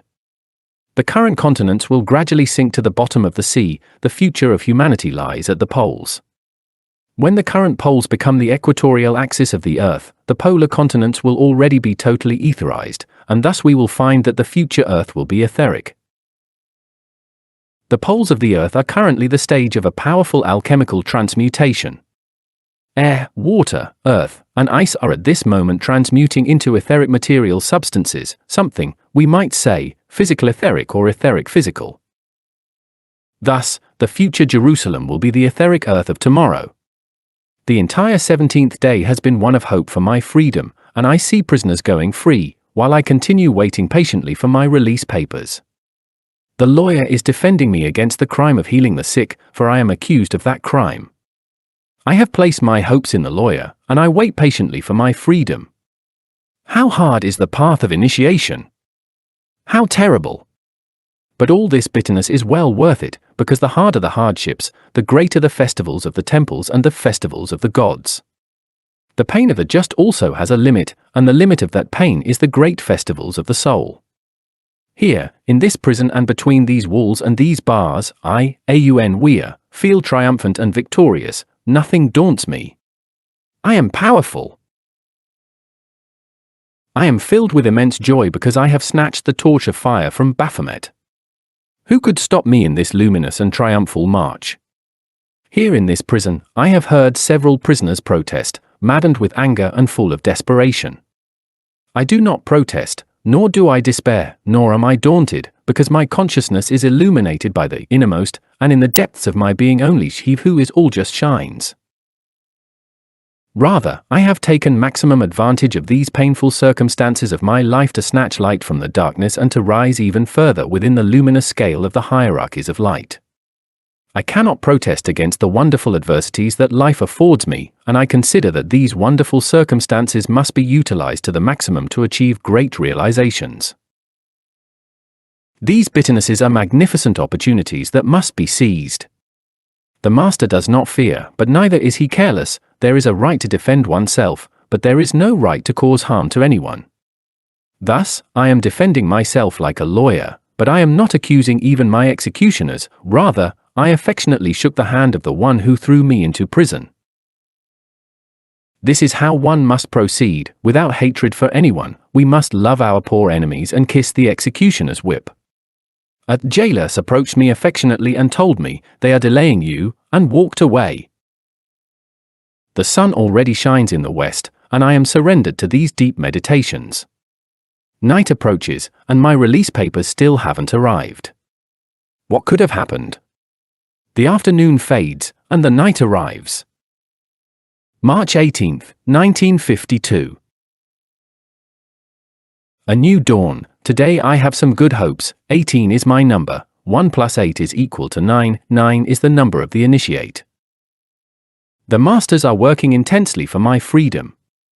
This imprisonment of mine is not due to karma. It was only a hard test, the price of an esoteric degree.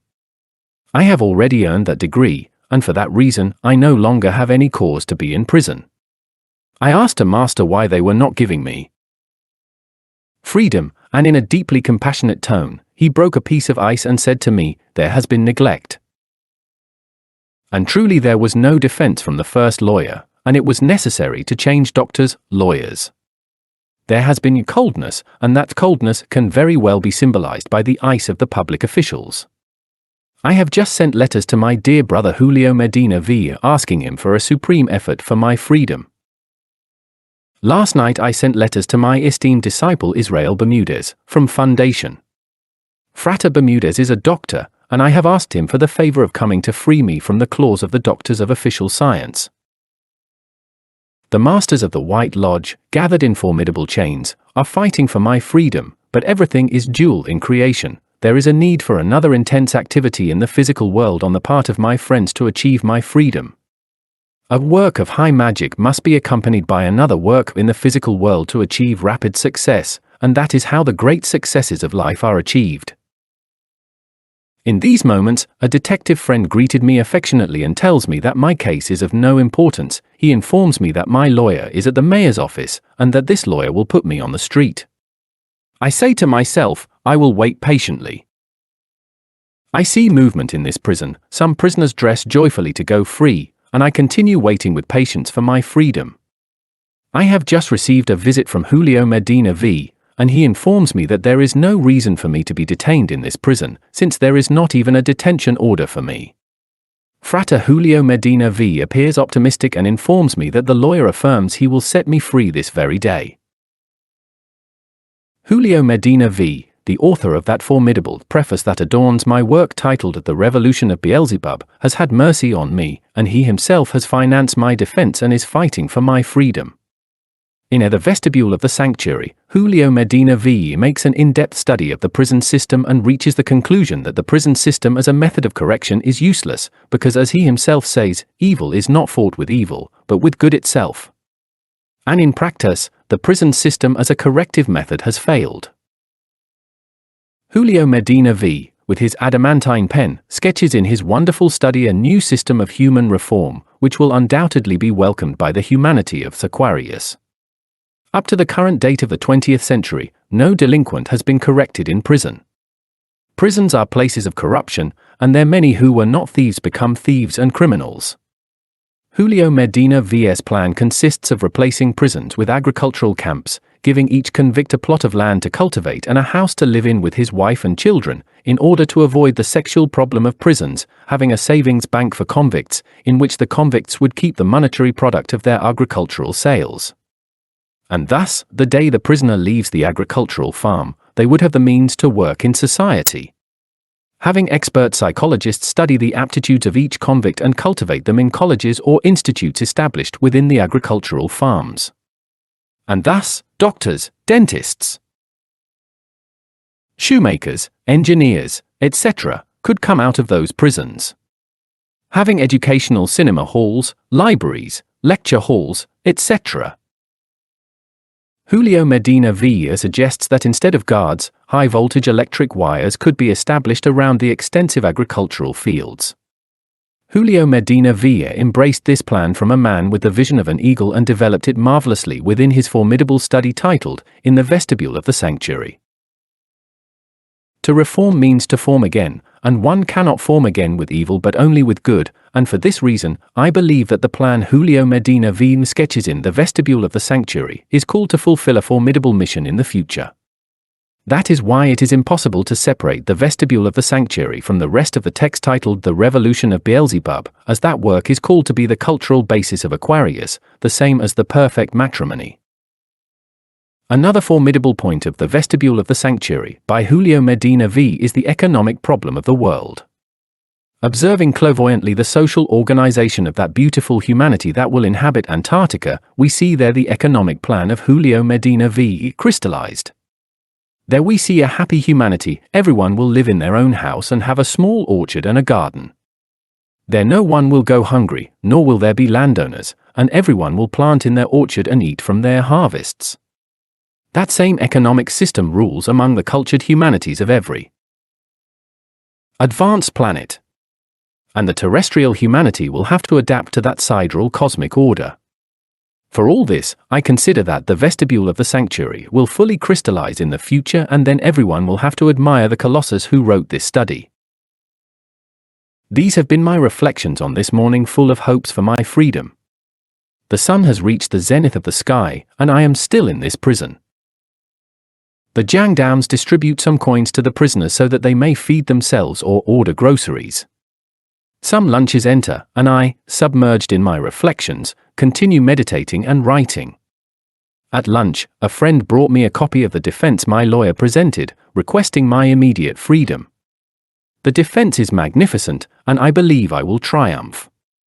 However, I do not grow impatient. I have reached the conclusion that serenity is a true armor that makes us strong and powerful. Anxious to know my immediate future, I open the Bible and read the following verse. But now the Lord hath spoken, saying, within 3 years, as the years of an hireling, and the glory of Moab shall be contemned, with all that great multitude, and the remnant shall be very small and feeble. Chapter 16, verse 14, Isaiah. I understand the esoteric meaning because I know that Christ resurrected on the 3rd day from among the dead. I know that the glory of Moab, that is, the pomposity of Satan, is totally struck down when the initiate receives the 3rd great initiation of major mysteries. I understand that the remnants, few, small, and not strong, remain in the mental body while the 4th degree of the power of fire burns them. Thus, let the battle come, let the struggle come, because we are at war against the people of Moab, the atoms of the secret enemy. The sun is already approaching its setting, and even though I am still in prison, I can consider day 18 happily finished with a note that Julio Medina V has just sent me. Said note reads as follows: My dear frater, I have just gone with the lawyer to see the mayor. He left urgently with the public prosecutor for Oaxaca. He left at 2 in the afternoon and returns in the early hours of the night. So I arranged with Dr. Lazo to go to the mayor's house so that from there he may issue the release order, for he already asked the secretary if the matter was settled, and the secretary told him that you had no reason to be detained any longer. Thus, we await the arrival of the mayor to verbally request what has already been requested by letter, which I forwarded to you. As you will see, all these departures of the officials are what have hindered your exit. The lawyer moved quickly in the proceedings, for they had opened a summary investigation against you, and to conduct a summary evidence must be opposed. Thus, we have not stopped for an instant, and you can be sure that your release will be fulfilled as soon as the mayor arrives. Your humble servant and compadre, J. Medina. Thus, on the 18th day, I received the word of freedom, and my lawyer and Dr. Lazaro Lazo won the lawsuit with a formidable defense. That was a monumental legal piece. The 18th day was, therefore, a true triumph for me. March 19, 1952. The lawsuit is already won, and it only remains for the mayor to enter his office to give me my release papers. Today they celebrate the Feast of San Jose, and I heard that the mayor is supposedly out partying. A disciple informed me that at 10 a.m., the mayor will go to the office, supposedly to give me my release papers. I ask myself, will the mayor abandon, even momentarily, the parties to remember my humble person? 2 faithful disciples came from Barranquilla to visit me. I answered their greetings by telling them, Here they have me locked up in this prison, supposedly for the very grave crime of healing the sick. The 2 disciples answered me thoughtfully, so doing good is taken as doing evil.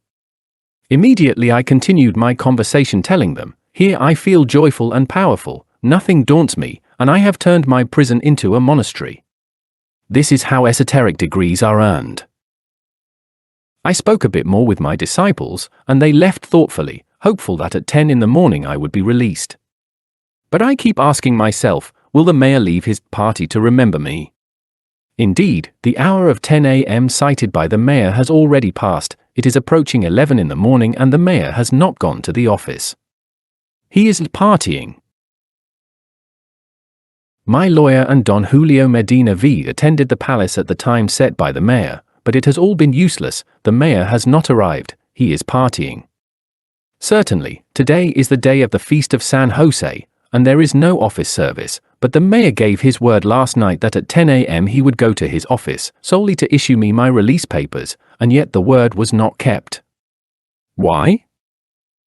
Some years ago, so many documents, so many certificates, and so many requirements were not needed to do business.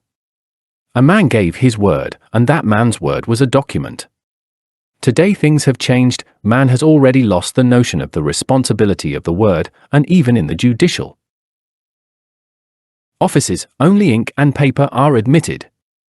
In ancient times, initiates were forbidden to speak publicly about old cataclysms for fear of bringing them back into existence.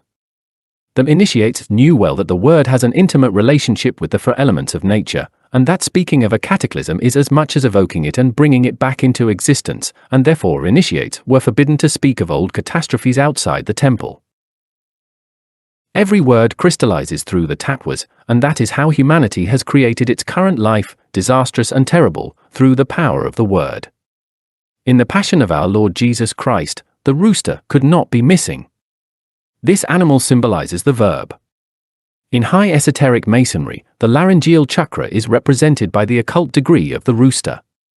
When the kundalini reaches the cannon or vertebra related to the thyroid gland, the rooster of passion sings.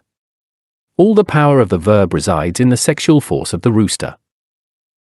The 5 vowels of nature, E, O, O, U, a dot, live resonating throughout all of nature. The vowel Li makes the pituitary and pineal glands vibrate and confers upon us the power of clairvoyance.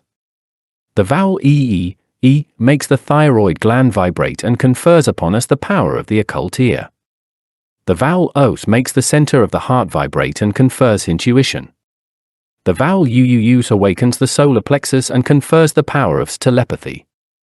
The vowel R awakens the pulmonary chakras and confers the power to remember past reincarnations. 1 hour of daily vocalization opens all these occult powers for us. They shall be vocalized thus. E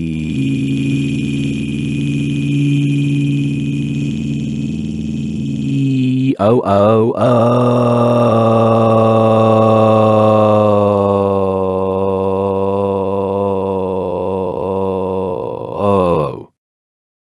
R. Mary Magdalene was filled with terror when she heard the whistling of the Fohout and heard the word Tibwa, which sentenced the Christ to the tragedy of Golgotha. Mary was at the foot of a wall when she heard the terrible sentence with her spiritual ears. And it is because in eternity there exists a sacred language in which all we masters of humanity speak, that is the golden tongue, in which the gods and angels speak. That is the creative verb. Talitha Kumi, said the Christ when he performed a work of resurrection. Talitha Kumi is a mantram to resurrect the dead. Viracocha says, to him who knows, the word of power, no one pronounced it, no one will pronounce it, except he who has it incarnated. That is, he who has already realized himself thoroughly. Let us look at some words of the great verb of light, aibu, word of greeting, eodon, affliction, maslime, duty, shu, indecorous, immodest, etc., pitters, canons or vertebrae of the dorsal column, venalo, to venerate him, presum, superior, re-idististina, reinstitute, equidentures, prejudices. The Christ taught a great mantram to heal the sick, Ephatha, be opened, to open the ears of the deaf and stutters. Chapter 7, verses 32, 33, 34, 35, 36, 37, St. Mark. All this great verb of light is a sublime language. Let us look at some other words of the great golden verb. Andudu Uraru Kuyo. These three words are pronounced by the prophets in deep meditation to prophesy, and then they contemplate the future ecstatically. Ja, the reed, or the sacred reed of our spinal column. Pa, Argentine milky tree, it symbolizes the redeeming blood. Brahim, Adam Eve. Masculine feminine, cause of all that exists. The verb of light is an infinite verb, and the gods use it to create. The ultimate roots of all languages are found in that great universal cosmic grammar, which the men of Arcadia once spoke. Those were the times when the rivers flowed with milk and honey. That was the era of the Titans. In the beginning was the Word, and the Word was with God, and the Word was God. The same was in the beginning with God. All things were made by him, and without him was not anything made that was made. In him was life, and the life was the light of men. And the light shineth in darkness, and the darkness comprehended it not. St. John, verses 1, 2, 3, 4, 5. When had it, our igneous serpent, reaches the larynx and we receive the degree of the rooster, then we speak the golden verb and create like the gods, with the power of the word. Therefore, our ritual says, Be thou, O Hadit, my secret, the Gnostic mystery of my being, the central point of my connection, my very heart, and bloom on my fertile lips made verb. When the Kundalini reaches our throat, it blooms on our fertile lips, made verb. The angels can create anything with thought and materialize it by means of the word. The way to speak the golden verb is sexual magic. The sun of this afternoon already approaches its setting, and I continue locked in prison awaiting the release papers. The mayor is feasting, and it is my turn to have patience. A black magician incarnated in a physical body has just arrived to tempt me. He was the Judas of my initiation. He delivered a false message to me trying to lead me astray from the path, and in a compassionate tone, I answered the black magician, That message is for you, apply it to yourself. The dark one left. In these moments, the lawyer has just arrived with the release papers. I received the paper coldly and serenely, and I said goodbye to the gendarmes. Thus today ended. I headed to my house, and there I found Frater Julio and many other spiritualist brothers who joyfully received me and embraced me. What the spiritualists of the 20th century were. Children of Aquarius, now I am going to tell you what the spiritualists of the 20th century were. An entire horde of pseudo-sapients disputed the most abject and abominable supremacy that the history of the world has ever known. Daily, new schools were founded that made the most flattering promises and really had no objective at heart other than wallets. Rogists, Theosophists, Rosicrucians, Spiritists, Charencists, Tentists of Capirote, and similar circles in every country, and their most infinite varieties of aromas and nuances, engaged in a terrible struggle for supremacy, within the most bitter competition that had never before been known among the merchandise of souls. Everywhere, innumerable impostors constantly appeared, feigned masters and even avatars. All of them assumed the most varied pietistic poses and delivered the most eloquent lectures that hundreds of simpletons applauded full of mad frenzy. Those were the spiritualists of the 20th century. What did they study? Theories. What did they read? Theories. What did they know? Theories. All of them were full of fornications, adulteries, and when I, Aun Weor, invited them to chastity and taught them the powerful wisdom of the sacred snake, then filled with fear they answered me that scientific chastity was an impossibility, and thus they neither entered Eden themselves, nor did they let others enter. Those were the spiritualists of the 20th century. All of them rejected the messages from the higher worlds and only applied themselves to those schools that allowed them to fornicate. Those people neither saw nor heard, nor understood the language of light, and only knew how to discuss theories and more theories. Those were the spiritualists of the 20th century. When I, Aun Weor, understood the pride and vanity of those people, I turned my back on those cliques of self-righteous people and went with the children of the people. I went with the humble, with the simple, with the poor outcasts of life, with the children of the people, those tortured people, those people beaten down and humiliated daily by the wicked, and full of euphoria. I exclaimed, Lord! Lord! Lord! Here is your people, as simple and as wise as the sign of Aquarius, as great as the pyramids of Egypt, as fiery and as heroic as the revolutionary deeds of the children of fire. Now indeed we can exclaim from the summits of Calvary, Deo Juvanti. We have made a race of gods. We have made a race of heroes, a new progeny of angels. Warriors, to the battle! May peace be with the entire humanity.